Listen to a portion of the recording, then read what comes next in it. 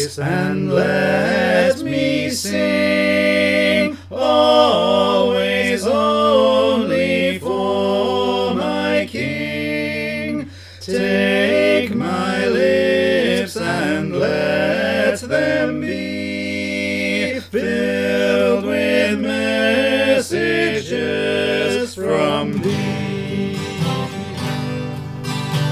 Take my silver and my gold, not a mite would I withhold.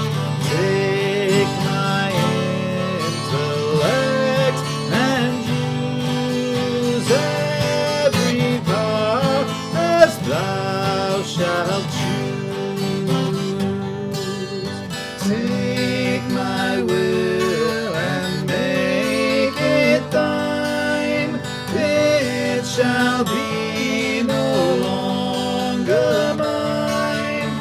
Take my heart, it is thine own. It shall be thy royal throne.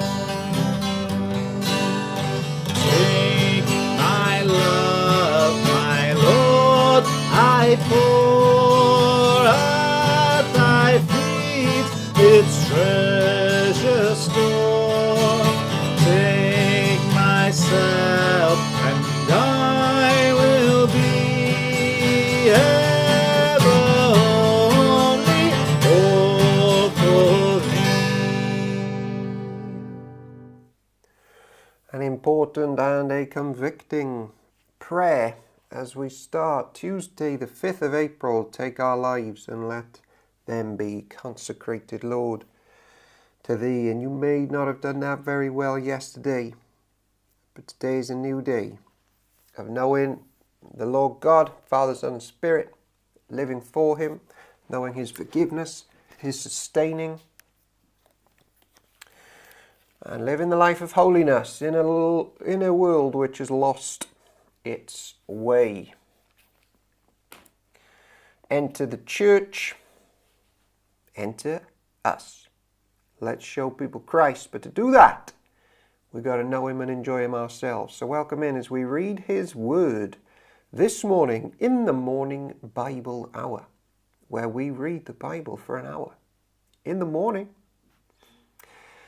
And we have made our way through Kings, and we're at Chronicles, and we're coming up to an interesting cheeky chappy in a few moments' time. What is up, Rachel Freeman? And what is up, Diane? First two in. When we read the Bible, it is important to remember why we read the Bible. And to know why we read the Bible, we look to the Bible. And the Bible tells us lots of reasons why we're to read the Bible. Here's one of them. Here's Romans chapter 15, verse 4. For everything that was written in the past was written to teach us, so that through the endurance taught in the Scriptures and the encouragement they provide, we might have hope. So, we're going to read something that was written in the past, and it's going to teach us endurance and hope. And so, without further ado, we turn to the pages of Chronicles. What is up, Malcolm? Then we head off to a busy day and week and month.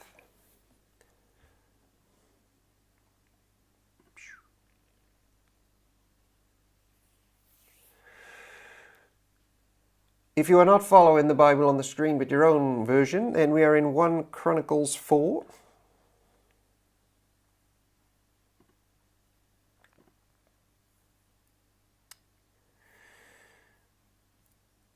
And may we, as ever, think and speak and feel in the name of the Father, the Son, and the Holy Spirit, the crucified Lamb on the cross revealed to sinners for life. What is up, Ben Ricketts? 1 Chronicles chapter 4. Now, I set some homework last night, and the homework was, what's the interesting name that I'm going to stop on for a few seconds?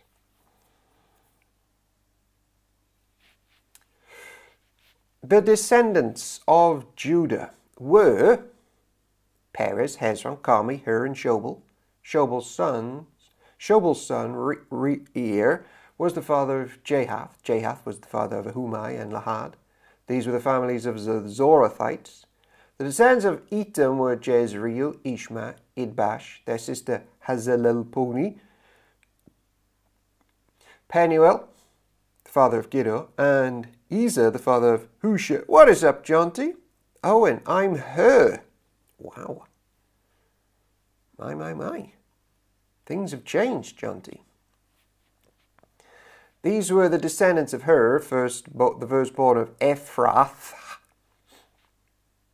the ancestor of Bethlehem. Asher, the father of Tekoa, had two wives named Hila and Nara. Nara gave birth to Azuman, Hefer, Timini, Hashtari. Hila gave birth to Zereth, Ishar, Ithnan, and Koz, who became the ancestor of Anub, Zeboah, and all the families of Aharol, son of Haram. There was a man named Jabez, who was more honorable than any of his brothers. His mother named him Jabez because his birth had been so painful. Jabez sounds like a Hebrew word meaning distress or pain. He was the one who prayed to the God of Israel, "Oh, that you would bless me and expand my territory. Please be with me in all that I do and keep me from all trouble and pain." And God granted him his request. Ladies and gentlemen, if you said that Owen's going to stop on the name Jabez for a few moments, you would be correct. Jabez, just look at those two verses he's got. He's honorable. He was painful to begin with for those around him. He prayed. He realized that God was the one who blesses us. And he wanted kingdom expansion for some reason or another. And he wanted God to keep him from trouble and pain. And God granted him his request. Whereas other times in the Bible, God doesn't do those specific things for people. Why Jabez? Don't know. There was a controversial book written in the early 2000s, and I think it had its 20th anniversary last week. Something about Jabez, the prayers of Jabez, or something Jabez, and it took the Christian world by storm, and you may have read it. And then it was highly controversial because it was one of the key books that the prosperity gospel people in America used to further their ministry. And it's like, well, does God exist to expand our earthly kingdoms and get us Ferraris and big bank accounts? And if only we had more faith and prayed more, then it would happen, because it happened to Jabez. And then there was this whole thing on, well, what does this prayer mean? And why does God exist? And how do we handle prayers like this today? And would it be different? And can we even pray them? And that book came out, and then 500 came out in response to it, saying, no, the context of this prayer is different, and God doesn't do that in this way all the time. God, ... In fact, He didn't do it like that back then as well. And I don't have anything more to say other than Jabez is a fascinating character, and at the very least, we should all seek this day to be honourable. And you won't be honourable unless you look out to someone honourable, Jesus. Don't bother looking within. There's not much honour there. Look to Jesus. He was a prayerful man, and he made his requests known to God, and God answered them accordingly in the correct way. And sometimes you might want to be praying to come out of trouble and pain, and that's fine. but we don't have a hissy fit if he doesn't take us out of the trouble and pain. We just trust. And we keep going and we keep praying. And all will be well in some way or another. I just find those two verses snuck right there in 1 Chronicles 4. Snuck in, fascinating. I probably should have written down the name of the book, but I forgot. Caleb, the father of Shua, was the father of Mehir, and Mehir was the father of Eshton, and Eshton was the father of Beth Rapha, Pezir, and Tehiniah, and Tehiniah was the father of Ir-Nahash. These were the descendants of Rekah. The sons of Kenaz were Othniel and Seraiah. Othniel's sons were Hathath and Meonotai. Meonotai was the father of not Oprah Winfrey, but Ophrah. Seraiah was the father of Joab, the founder of the Valley of Craftsmen, so called because they were craftsmen. The sons of Caleb, son of Jephunneh, were Eru, Elah, and Nam. Son of Elah was Kenaz. Sons of Jehalelel was Ziph, Zipha, Tiria, and Asarel. All right, love, look. We got the name wrong the first time. The one I really wanted, it sounds the same, but it's Zipha. Darling, we can't have one called Ziph and one called Zipha. Yeah, no, but I wanted Zipha the first time, and you made me shorten it to Ziph, and I don't like it. So we're having Zipha. All right, okay, Ziph, Zipha. Next time, darling, I'm picking it. Tiria. Sons of Ezra were Jether, Mered, Ether, and Jalon. One of the Mered's wives became the mother of Miriam, Shemai, and Ishbah, the father of Eshtemoa. He married a woman from Judah who became the mother of Jared, the father of Gedor, Heber, father of Soko, and Jekthuiel, father of Zanoah. Mered also married Bithiah, the daughter of Pharaoh, and she bore him children.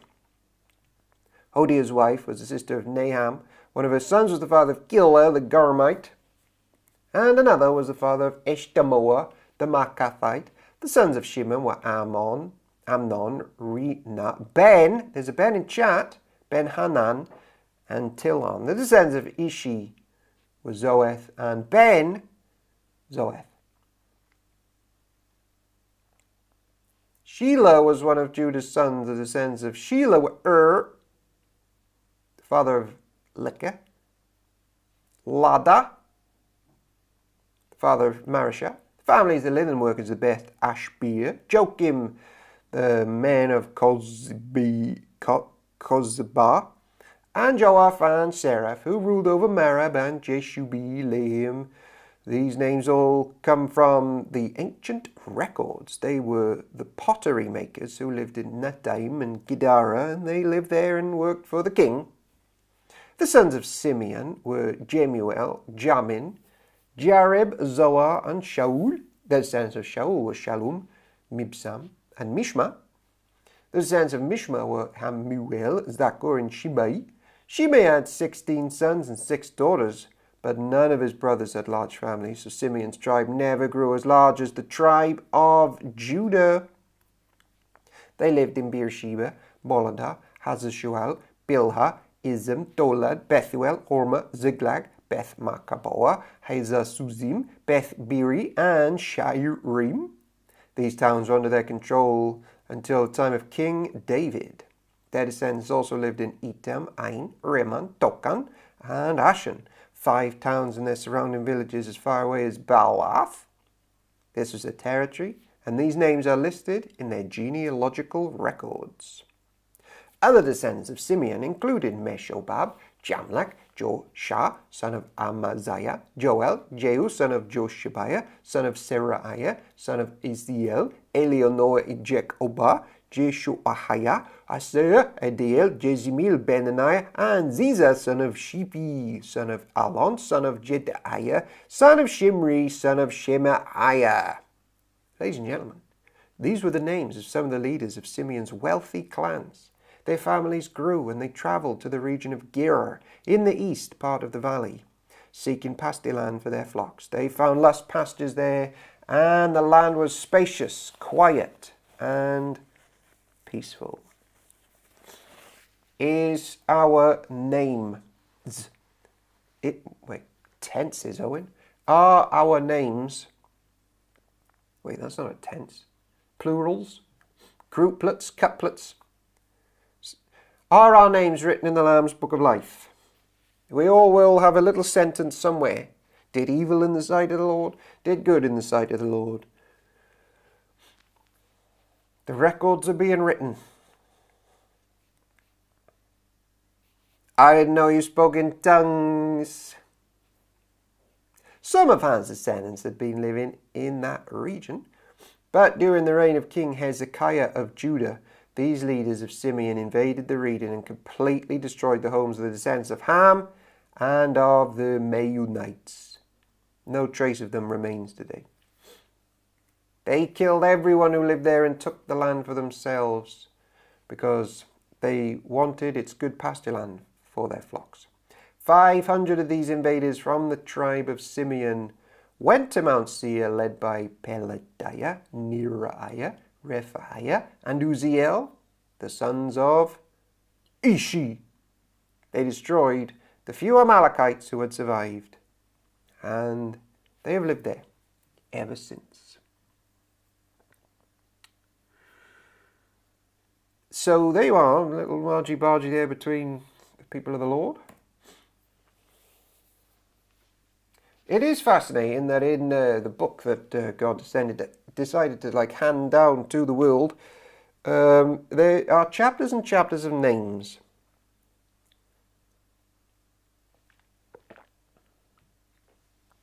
And we may be insignificant to some people in the world, but names matter to the Lord God. No wonder Jesus said things like, He knows every hair on our heads, because He would have known these names, these chapters of names. Well, they wouldn't have been chapters, but He knew His Bible.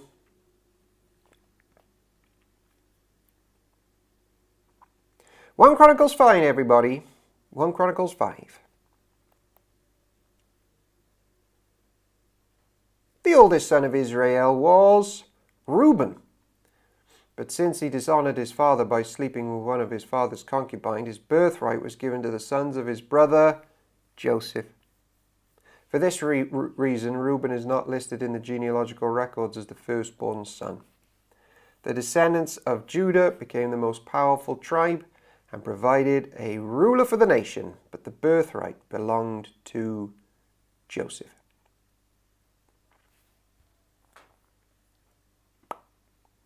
Now, wait a second. This could be an important one. If I just get this mouse to work. Or from Judah came a prince. The descendants of Judah became the most powerful tribe and provided a ruler for the nation. Too right they did.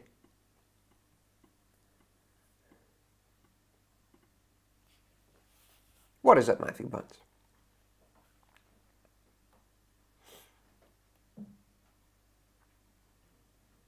The sons of Reuben, the oldest son of Israel, were Hanok, Palau, Hezron, and Carmi.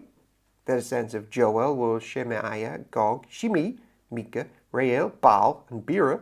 Bera was the leader of the Reubenites when they were taken into captivity by King Tiglath-Pileser of Assyria. Bera's relatives are listed in the genealogical records by their clans: Jeiel, the leader, Zechariah, and Bela, son of Azaz, son of Shema, son of Joel. The Reubenites lived in the area that stretches from the Eror to Nebo and Baal-meon. And since they had so many livestock in the land of Gilead, they spread east toward the edge of the desert that stretches to the Euphrates River. During the reign of Saul, the Reubenites defeated the Hagrites in battle. Then they moved into the Hagrite settlements all along the eastern edge of Gilead. Next to the Reubenites, the descendants of Gad lived in the land of Bashan, as far east as Salcah. Joel was the leader in the land of Bashan, and Shaphan was in second in command, followed by Janai and Shaphat. Their relatives, the leaders of 7 other clans, were Michael, Meshulam, Sheba, Jorai, Jachin, Zir, and Eber. These were the descendants of Abihail, son of Huri, son of Jeror, son of Gilead, son of Mikael, son of Jeshai, son of Jodo, son of Buz. Aur, son of Abdiel, son of Guni, was the leader of their clans. The Gadites lived in the land of Gilead in Bashan and its villages, and throughout all the pasture lands of Sharon. All of these were listed in the genealogical records during the days of King Jotham of Judah and King Jeroboam of Israel. There were 44,760 capable warriors in the armies of Reuben, Gad, and the half-tribe of Manasseh.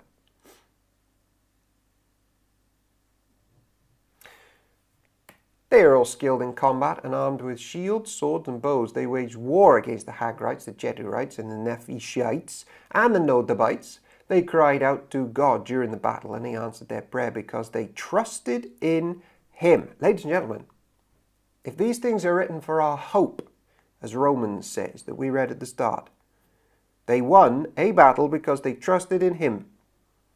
I'm going to leave that one with you and who you trust in today. And he answered their prayer because they trusted in him. So the Hagrites and all their allies were defeated. The plunder taken from the Hagrites included 50,000 camels, 250,000 sheep and goats, 2,000 donkeys, and 100,000 captives. Many of the Hagrites were killed in the battle because God was fighting against them. The people of Reuben, Gad, and Manasseh lived in their land until they were taken into exile. The half-tribe of Manasseh was very large and spread through the land from Bashan to Baal-Hermon, Sinir, and Mount Hermon. These were the leaders of their clans: Epher, Ishi, Eliel, Israel, Jeremiah, Hodaviah, and Jadiel. These men had a great reputation of mighty warriors and leaders of their clans. But these tribes were unfaithful to the God of their ancestors. They worshipped the gods of the nations that God had destroyed. So the God of Israel caused King Bul of Assyria, also known as Tiglath-Pileser, to invade the land and take away the people of Reuben, Gad, and the half-tribe of Manasseh as captives. The Assyrians exiled them to Hala, Habohar, Gozan River, where they remain to this day. And those 10 tribes up in the north, so that they picked off the ones there closest to them in the northeast. Then they move in, as we read in Kings, and they don't ever come back, really. The lost tribes, the 10 northern tribes, leaving Judah and Benjamin in the south.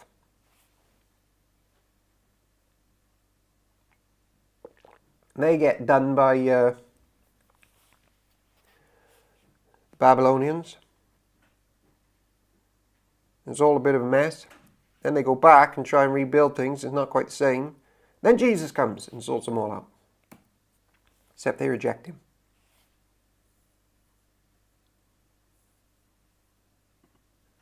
Interesting thing here is church is in this together, really. They end up all going into captivity. And church stands and falls together, ladies and gentlemen. We go into captivity together. We share victories together. So where you can today, be part of God's people, sharing life together. We are the people of God. So if you've got problems in the church, it's not, well, they've got a problem. It's we've got a problem. If one of you dies, it's not they've got a relative that's died. It's not we. We've got a church family member that's died, and then we've got church family members that are grieving.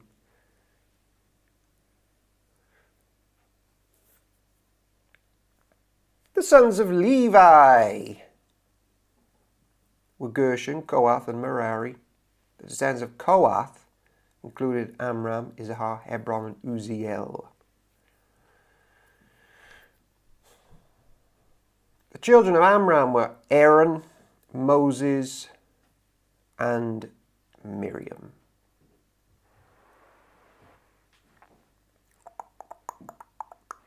There you go. Levites, and from Kohath who's from Levi.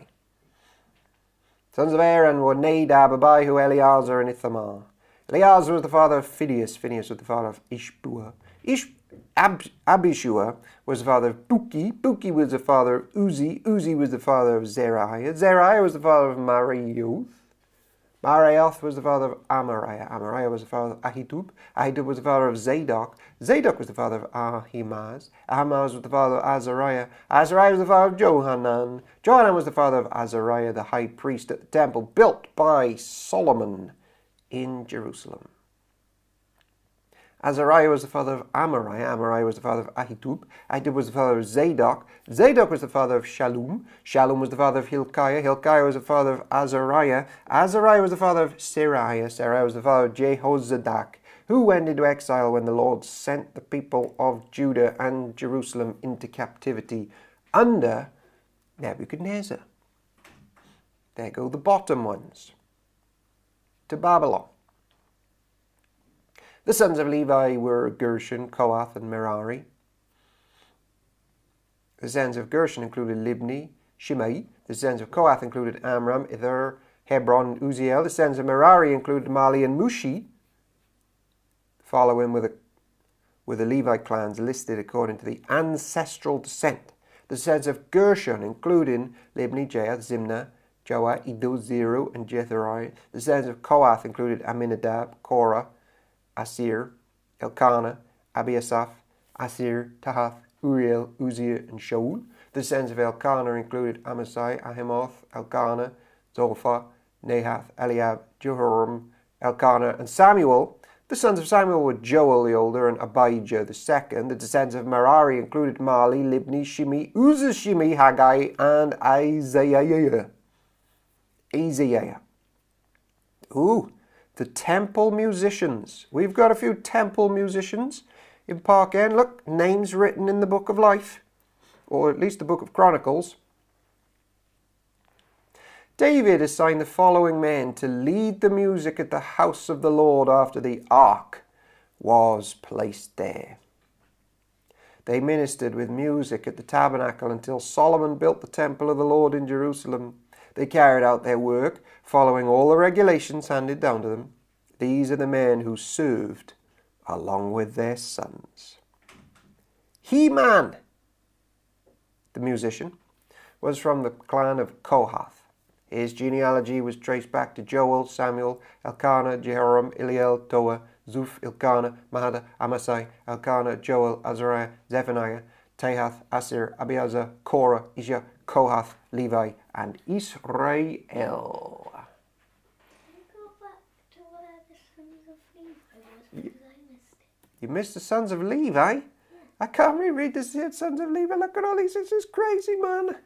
There's so many. The Levite clans, the sons of Levi, were Gershon, Kohath, and Merari. So if you have any children, you've got to call them Gershon, Kohath, and Merari. You got any kids? Have you got any children? No, you haven't had any. Okay, well, that's good. But when you do, if you do... That's because I was the second boss of the Levites. You're the second boss of the Levites? Yeah. But who's the first? The other Levites. Oh, the other Levi, yeah. Yeah, you're right. Yeah. Okay.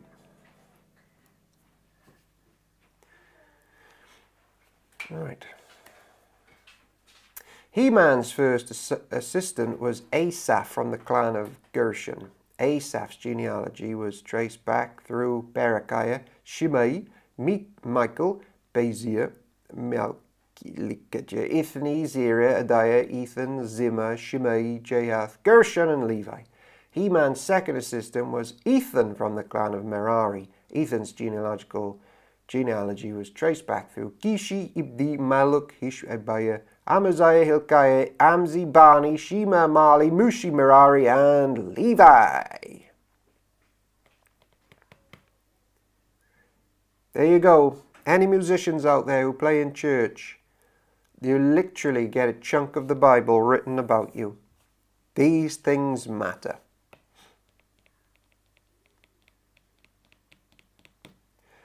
Their fellow Levites were appointed to various other tasks in the tabernacle, the house of God.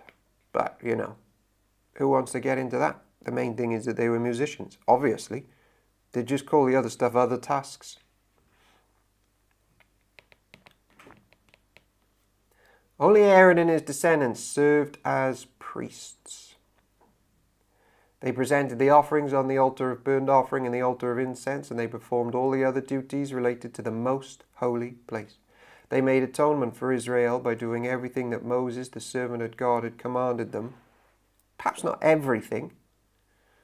If we recall some of the incidents where they went off-piste.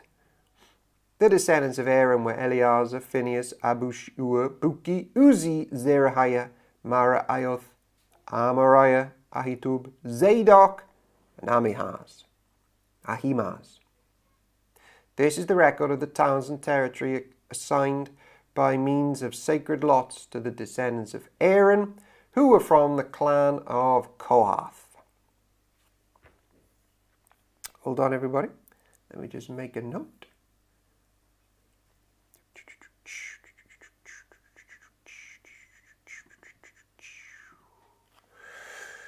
Note for me in my little note collections.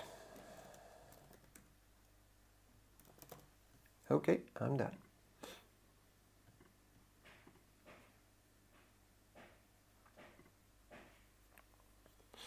This is the record of the towns and territory assigned by means of sacred lots to the descendants of Aaron, who were from the clan of Kohath. This territory included Hebron and its surrounding pasture lands in Judah, but the fields and outlying areas belonging to the city were given to Caleb, son of Jephunneh. Lord, give me this mountain. So the descendants of Aaron were given the following towns, each with its pasture lands. Hebron, a city of refuge. Libnah, Jatir, Eshtemoa, Holon, Debir, Ain, Judah, and Beth Shemesh. Hey, the place of the sun. That's where the ark went back to, didn't it?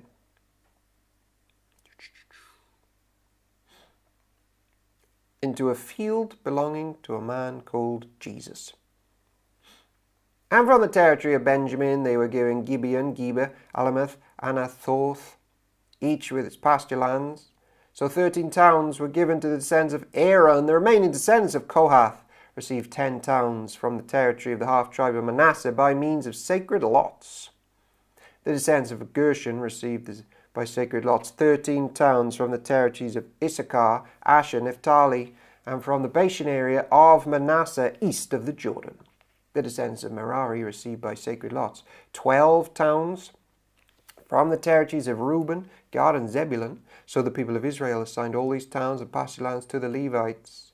The towns in the territories of Judah, Simeon, Benjamin mentioned above were assigned to them by the means of sacred lots. And it matters because there will be land allocated to the church in the new heavens and the new earth. This world will be burned up and remade, where the church will live. And we know that, well, we stake everything about that on the resurrection of the Lord Jesus Christ. What is up, Angela Ben? Welcome in. We believe in God because of Jesus Christ, according to Peter, the book of Peter. Not because of the Bible. The Bible is handy, but we believe in God because of Jesus Christ. First and foremost. And because he lives and has a resurrected body and is the first fruit, we know also, therefore, that we can believe that there is a new heavens and a new earth for all the resurrected saints coming. So these land passages are important to those who are wondering, will there be a place in the new world for me? Well, look at this. Look at these names and land allocations. Yes. Jonty, where is the ark? Do you mean right now, Jonty? Like this moment? If you could just specify that. The remaining descendants of Kohath were assigned the towns of Anir and Bileam from the territory of the half-tribe of Manasseh, each with its pasture lands. the descendants of Gershon received the towns of Golan in Bashan and Ashtaroth from the territory of the half-tribe of Manasseh, each with its pasture lands. From the territory of Issachar, they were given Kadesh, Dabarath, Ramoth, and Anem, each with its pasture lands. From the territory of Asher, they received Mashal, Abdon, Hukuk, and Rehob, each with its pasture land. From the territory of Naphtali, they were given Kadesh in Galilee, Hammon in Kiriathim, each with its pasture land. The remaining descendants of Merari received the towns of Jokim, Karta, Rimmon, and Tabor from the territory of Zebulun, each with its pasture lands. From the territory of Reuben, east of the Jordan River, opposite Jericho, they received Bezir, the desert town, Jahaz, Kedemoth, Maphah, each with its pasture lands. And from the territory of Gad, they received Ramoth in Gilead, Mahanaim, Heshbon, and Jazer, each with its pasture lands. Ladies and gentlemen, welcome to the Bible Hour. We are past the halfway mark and we are learning that names matter. Names and places matter to the living God. Where's the ark? Right now. Now, shouts Ben Ricketts. So apparently, the Ethiopians believed that around this time that we're reading, the ark was smuggled out by the Queen of Sheba. Yeah, before these days of trouble comes that we've just been reading about.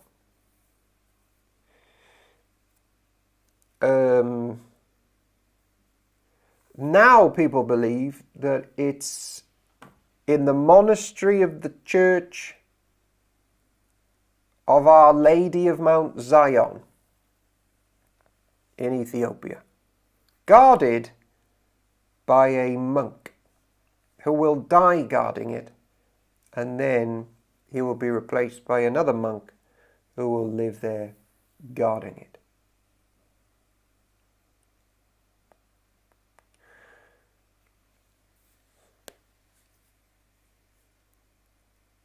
And some believe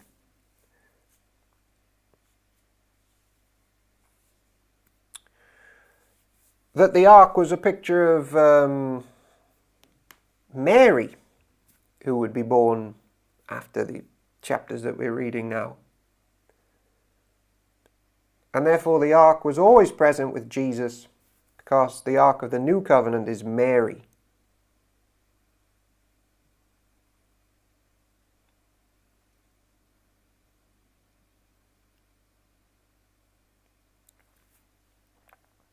For various reasons, like she carried and contained the sacred Lord, the icon, the article, and various things that he says about her.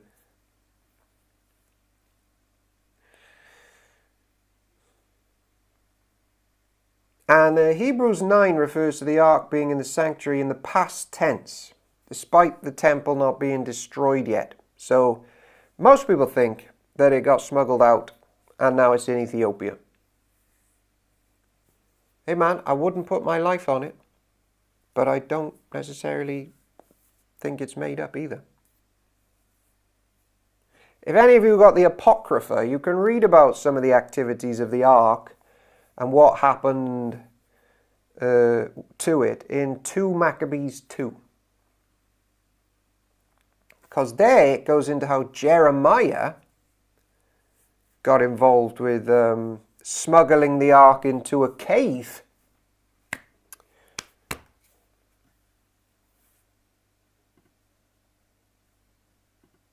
We should do an Apocrypha reading of the Bible Hour. Chronological, then we'll do apocryphal.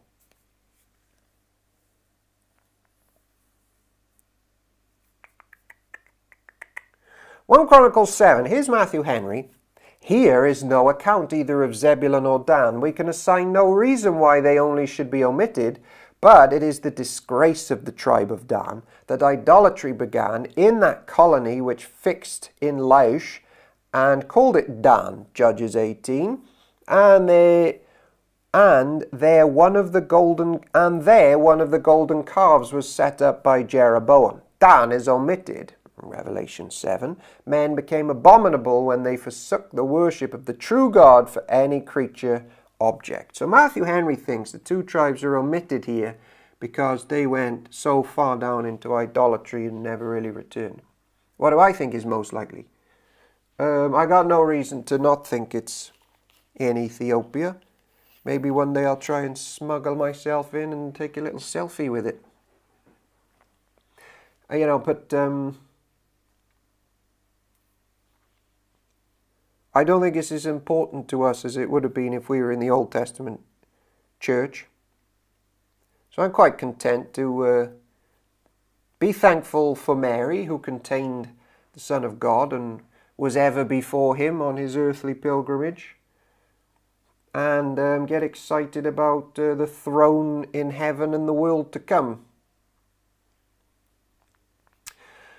The four sons of Issachar were Tola, Pua, Jashub, and Shimron. The sons of Tola were Uzi, Rephaiah, Jeriel, Shammai, Ibsam, and Shemuel. Each of them was the leader of an ancestral clan. At the time of King David, the total number of mighty warriors listed in the records of these clans was 22,600. The son of Uzi was Izariah. The sons of Izariah were Michael, Obadiah, Joel, and Ishiah.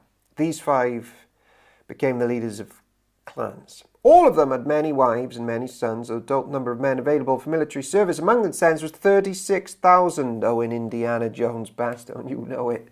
You know it. I watched an Indiana Jones for the first time the other day. I'll be honest, I was bored stiff. I'm not into chase scenes. I'm not into one thing into another with fast-paced music and running and shouting. It's not my cup of tea. I'm not afraid to say it. I know I've just lost a lot of friends. But I'm not afraid to say it. 3 out of 10. The one with the ark. That's the one I watched. That's another option that might have happened to it, that the Indiana Jones story was true, and it's in that basement that it ends up at the end of that film. Total number of mighty warriors from all the clans of the tribe of Issachar were 87,000. All of them were listed in the genealogical records. 3 of Benjamin's sons were Bela, Becher, and Jediel. The 5 sons of Bela were Esbon, Uzi, Uziel, Jemeroth, and Eri.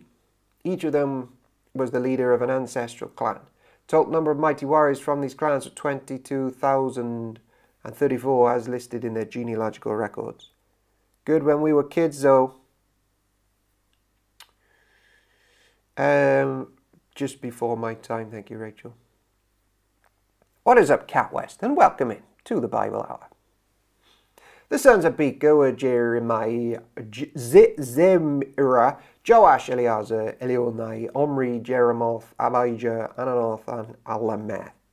Each of them was the leader of the ancestral clan, the leader of an ancestral clan. The total number of mighty warriors and leaders from these clans was 20,200, and listed in their genealogical records, the son of Jadiel was Bilhan. Son of Bilhan were Jewish, Benjamin, Ehud, Kenana, Zethan, Tarshish, and Ahishashar.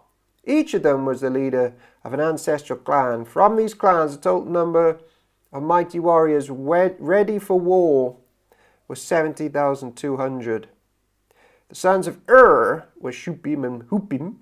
Hushim was the son of Aher. So these things are written that we may endure, ladies and gentlemen, and have hope, according to Romans.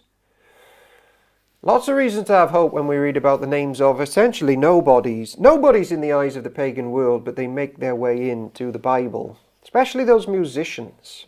They have quite a lengthy chunk about how important their work were. Church music. The sons of Naphtali were Jaziel, Guni, Jezer, and Shillem. They were all descendants of Jacob's concubine, Bilhah. The descendants of Manasseh through his Aramean concubine were included Asriel. She also bore Machir, the father of Gilead. Machir found wives for Hupim and Shupim. Machir had a sister named Makah. One of his descendants was Zelophehad, who had only daughters. Don't we know it? Don't we know it? Machir's wife Makah gave birth to a son whom she named Perish. His brothers' names were Sheresh. Sons of Perish were Ulam and Rakim. The son of Ulam were Beden. All these were considered Gileadites, descendants of Machir, son of Manasseh. Machir's sister Hamalakath gave birth to Ishdod, Abiezer, and Mala. The sons of Shemida were Ehiden, Shechem, Likhi, and Aniam. Such hope, Angela Bennett, such hope. The descendants of Ephraim were Shultitha, Bered, Tahath, El-Adah, Tehetha, Zabad, Shultitila, Ezer, and Eliad. These two were killed trying to steal livestock from the local farmers near Gath. Their father, Ephraim, mourned for them a long time, and his relatives came to comfort him. Afterward, Ephraim slept with his wife, and she became pregnant and gave birth to a son. Ephraim named him Beriah because of the tragedy his family had suffered.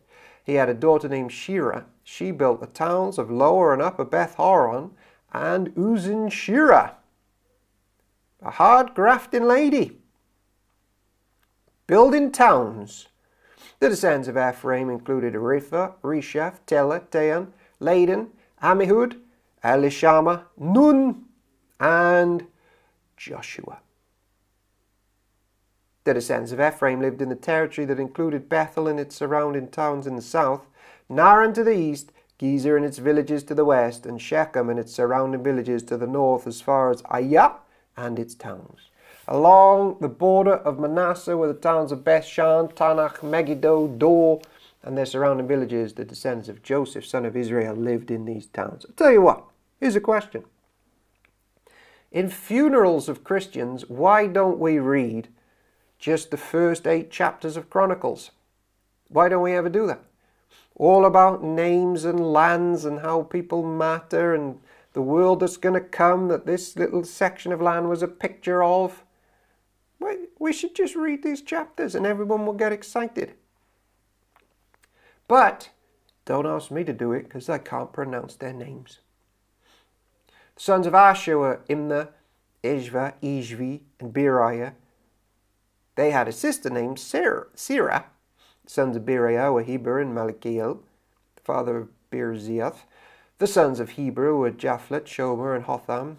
They had a sister named Shua. The sons of Japhlet were Paskar and Bimhal and Ashvath.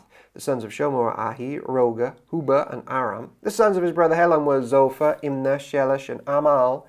The sons of Zophah were Shua, Hanifer, Shual, Beri, Imra, Bezer, Hod, Shammah, Shileth, Ithran, and Bera. The sons of Jether were Jephunah, Pisbah, and Ara. The sons of Ulah were Ara, Haniel, and Rizia. Each of these descendants of Asher was the head of an ancestral clan. They were all select men, mighty warriors, and outstanding leaders. The total number of men available for military service, 26,000, all as listed in their genealogical records.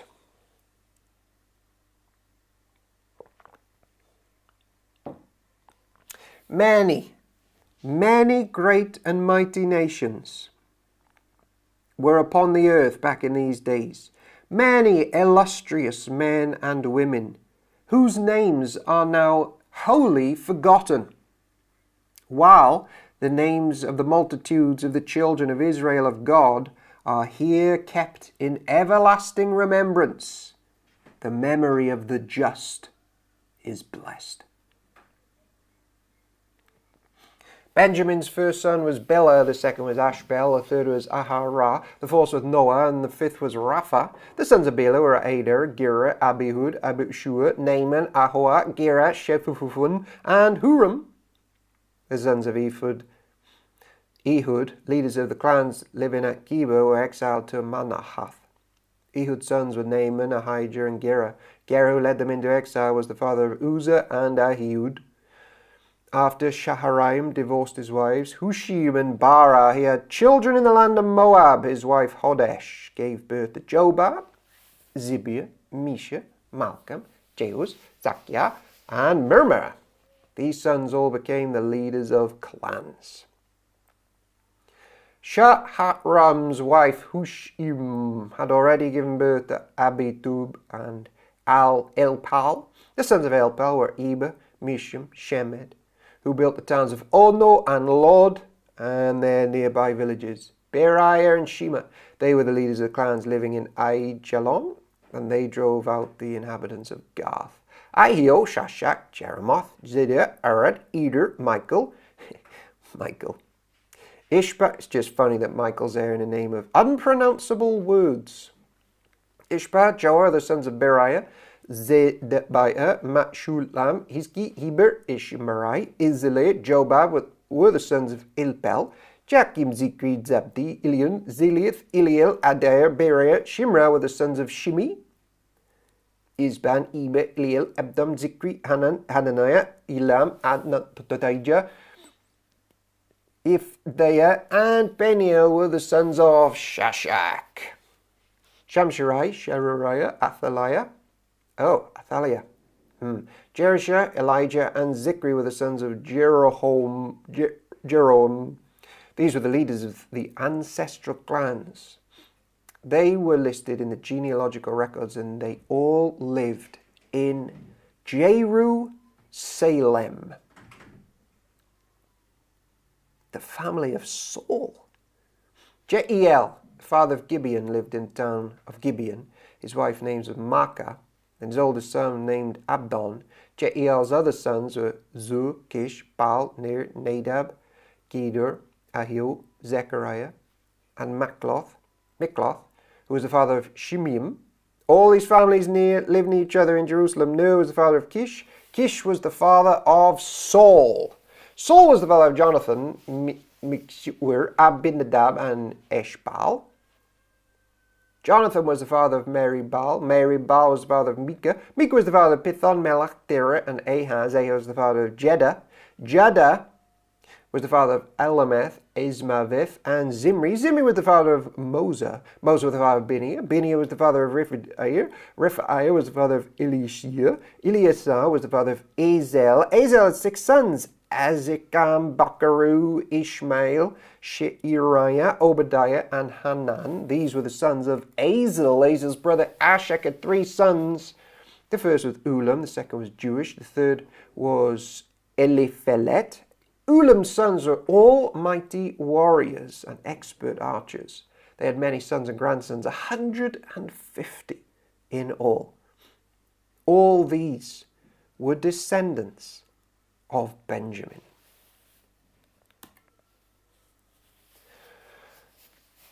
Chronicles chapter 9. Everybody.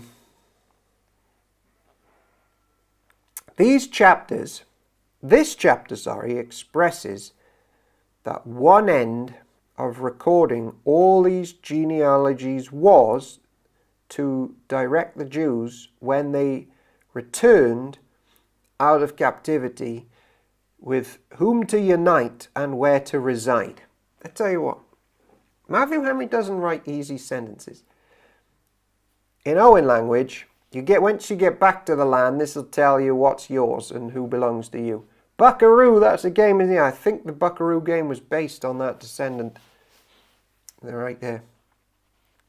So all Israel was listed in the genealogical records in the book of the kings of Israel. The people of Judah were exiled to Babylon because they were unfaithful to the Lord. The first of the exiles returned to their property in their former towns. Were priests, Levites, temple servants, and other Israelites. Some of the people from the tribes of Judah, Benjamin, Ephraim, and Manasseh came and settled in Jerusalem. So we haven't really gone behind the scenes of these stories yet. One family that returned was that of Uthai. I wonder in the chronological Bible that we're going to read one day, if they even divide up books. So we'd have the first bit of Chronicles read, then they'll read like a bit of Kings or something, then it'll come back to Chronicles, or it'll do a bit of Ezra, and then they'll read this stuff. And how does it work? I'm excited to find out.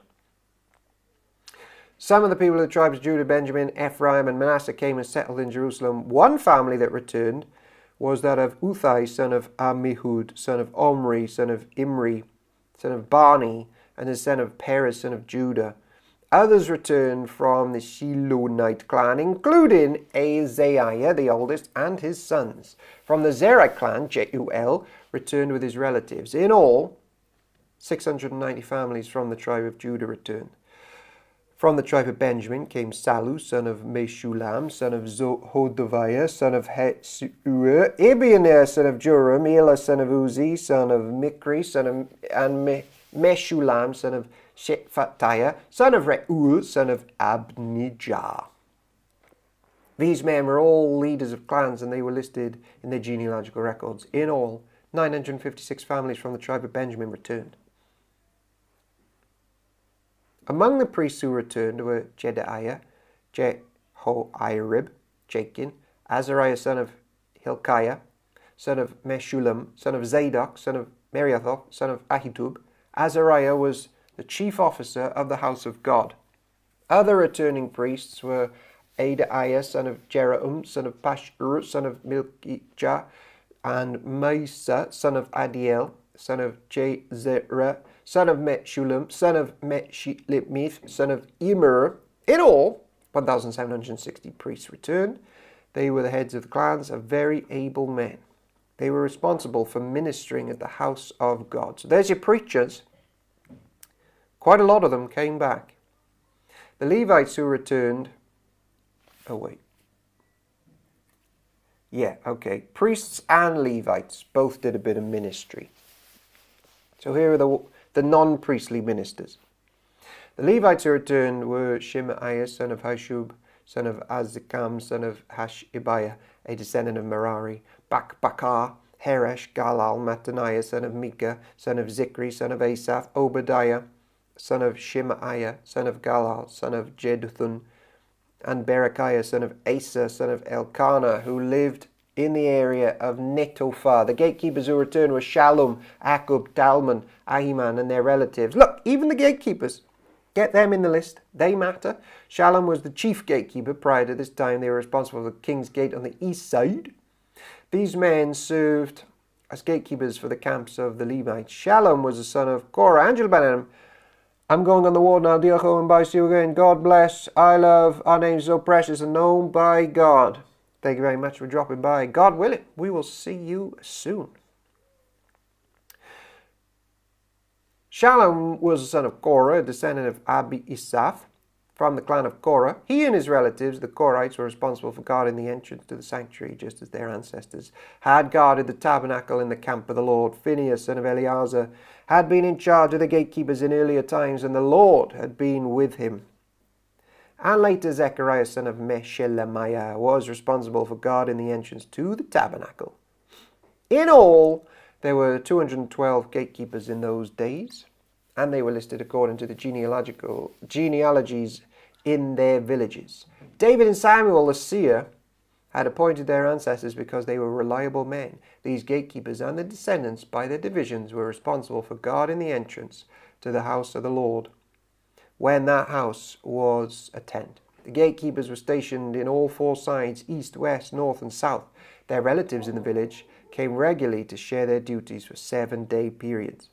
The 4 chief gatekeepers, all Levites, were trusted officials, for they were responsible for the rooms and treasuries at the house of God. They would spend the night around the house of God, since it was their duty to guard it and to open the gates every morning. Some of the gatekeepers were assigned to care for the various articles used in worship. They checked them in to avoid any loss. Others were responsible for the furnishings, the items in the sanctuary and their supplies, such as choice flour, wine, olive oil, frankincense, and spices. But it was the priests who blended the spices. Mattithiah, a Levite, and the oldest son of Shallum, the Korahite, was entrusted with baking the bread used in the offerings. Wow. And some members of the clan of Kohath were in charge of preparing the bread to be set on the table each Sabbath day. I think Olwen Cyril does that in our church. The musicians, all prominent Levites, lived at the temple. They were exempt from all other responsibilities since they were on duty at all hours. All these men lived in Jerusalem. They were the heads of the Levite families and were listed as prominent leaders in their genealogical records. Jeiel, the father of Gibeon, lived in the town of Gibeon. His wife's name was Makkah, and his oldest son was named Abdon. Jeiel's other sons were Zur, Kish, Baal, Ner, Nadab, Gedor, and Ahio. Zechariah and Mikloth. Mikloth was the father of Shimeam. And all these families lived near each other in Jerusalem. Ner was the father of Kish. Kish was the father of Saul. Saul was the father of Jonathan, Malchishua, Abinadab, and Eshbaal. Jonathan was the father of Merib-Baal. Merib-Baal was the father of Micah. Micah was the sons of Pithon, Melech, Tarher, and Ahaz. And Ahaz was the father of Jada. Jada was the father of Elameth, Azariah, and Zimri. Zimri was the father of Mosa. Mosa was the father of Bini, Bini his sons were Rephaiah. Rephaiah's son was Eliash. Eliash's son was Azael. Azael had 6 sons, whose name were Ezekram, Bakaru, Ishmael, Uriah, Obadiah, and Hanan. These were the sons of Azel. My mum thinks the ark might be in heaven with Jesus. Well, definitely the throne is. Whether the literal physical one is there and sort of being whisked up, maybe. I do not know. But that which it was a picture of is definitely there. So there we are, ladies and gentlemen. We close the day off learning that church names matters and church people matter, and keep going. Keep going, and do not believe the lie that you are not known in heaven this day. She wants to look into whether it's in heaven or not. Wow, okay. Let me know how that study goes. In the name of the Father, the Son, and the Holy Spirit. Amen. God willing, ladies and gentlemen, we will be back tomorrow. Don't forget Mr. Sparkle Man. With the Bible Hour.